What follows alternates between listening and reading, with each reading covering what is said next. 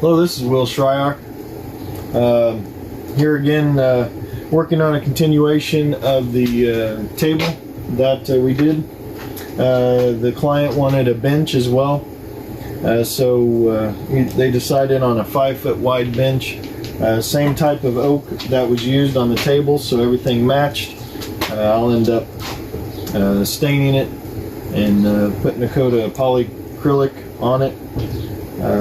But something that the client and I just kind of decided was to engrave their name.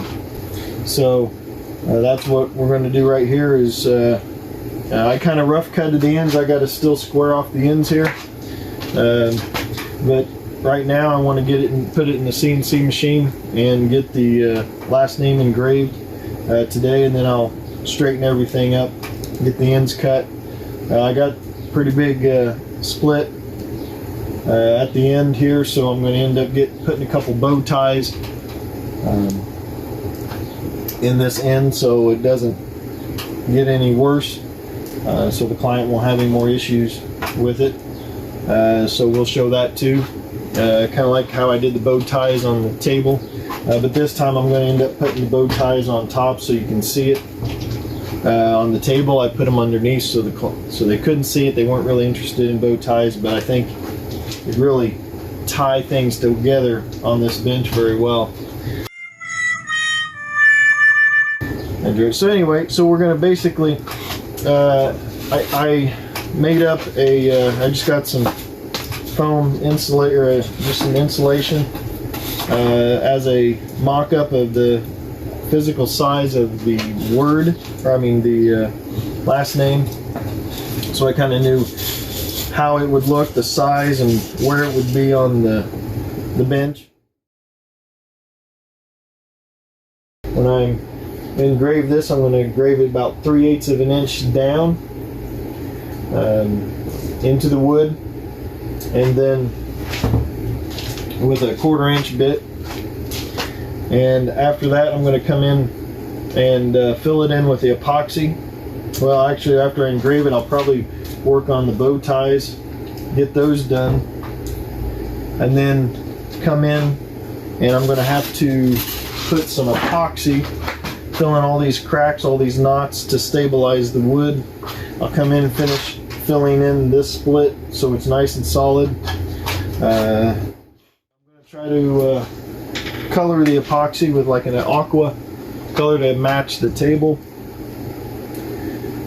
and then I'll come back in after that, after I get the epoxy done, and mill it down about 1/8 of an inch, 1/16 of an inch, whatever makes it perfectly flat. And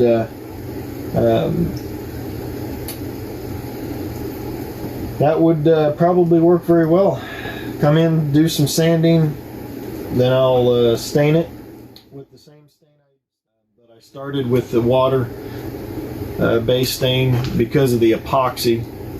The Stone Coat, because I'm using Stone Coat Countertop Epoxy on this.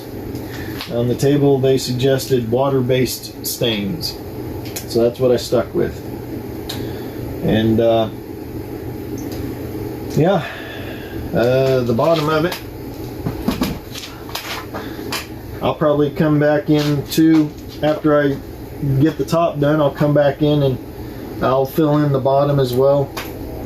And I'm going to try a little different technique on, or a different technique for using the epoxy. I'm going to do more of like a flood coat. A lot of people do that, but I'm going to try a different method of,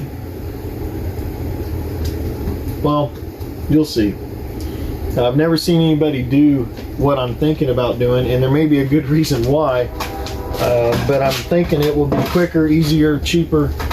Not the epoxy part, but the epoxy is expensive. Can't get around that, but the setup that you would do typically for a flood coat. I came up with an idea that we're going to try, and we'll see. Hopefully it's going to be a lot easier. I may regret it, but we'll see.